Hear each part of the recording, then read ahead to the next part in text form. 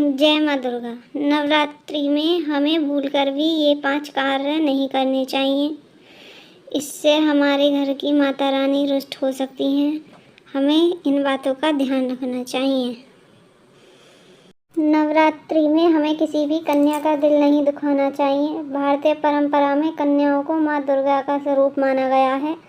यही कारण है कि नवरात्रि में कन्या पूजन या कंजना पूजन कर लोग पुण्य की प्राप्ति करते हैं। माना जाता है कि नवरात्रों के दौरान किसी भी कन्या या महिला के प्रति असम्मान का भाव न आने दें। शास्त्रों में यहाँ तक कहा गया है कि यत्र नार्यतु पूज्यते रमन्ते तत्र देवता। किसी भी कन्या का अपमान होने पर माँ दुर्गा नाराज हो सकती हैं। इसीलिए हमें प्रत्येक कन्या का सम्मान करना चाहिए।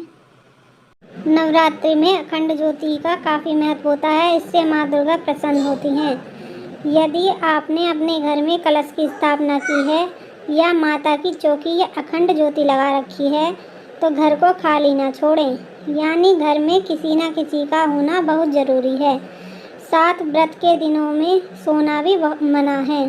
अखंड ज्योति का विशेष ध्यान रखें।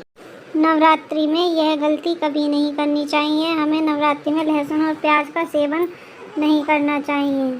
आयुर्वेद खाद्य सामग्री को 3 अलग अलग विशेषताओं या गुणों में बांटा गया है। सात्विक, रजस या राजसिक और तामस या तामसिक।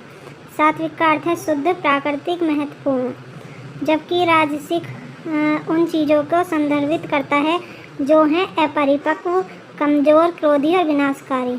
नवरात्रि के दौरान सात्विक खाना खाते हैं और प्याज, लहसुन जैसी चीज़ों को खाने की मनाही होती है क्योंकि उनमें प्रकृति में तामसिक माना जाता है। यानी ये शरीर में कामुक एनर्जी को जगाने के लिए मानी जाती हैं।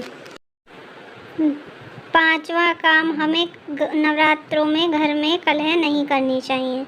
नवरात्रि के दिनों में बहुत से लोग व्रत में होते हैं। ऐसे में कलह करने से बचना चाहिए क्योंकि कलह से व्रतधारी की आत्मा को दुख पहुंचता है जिससे देवी माँ रुष्ट हो सकती हैं। ऐसे में कोशिश करें कि इस प्रकार के वाद विवाद से दूर रहें। रामचरितमानस में ऐसा कहा गया है, जहाँ सुमति तह संपत्ति नाना, जहाँ कुमति तहाँ विपत्ति निदाना। लड़ाई झगड़े वाले घर में कभी भी लक्ष्मी नहीं ठहरती। इस प्रकार ये 5 कार्य हमें कभी नहीं करने चाहिए। जय माँ दुर्गा।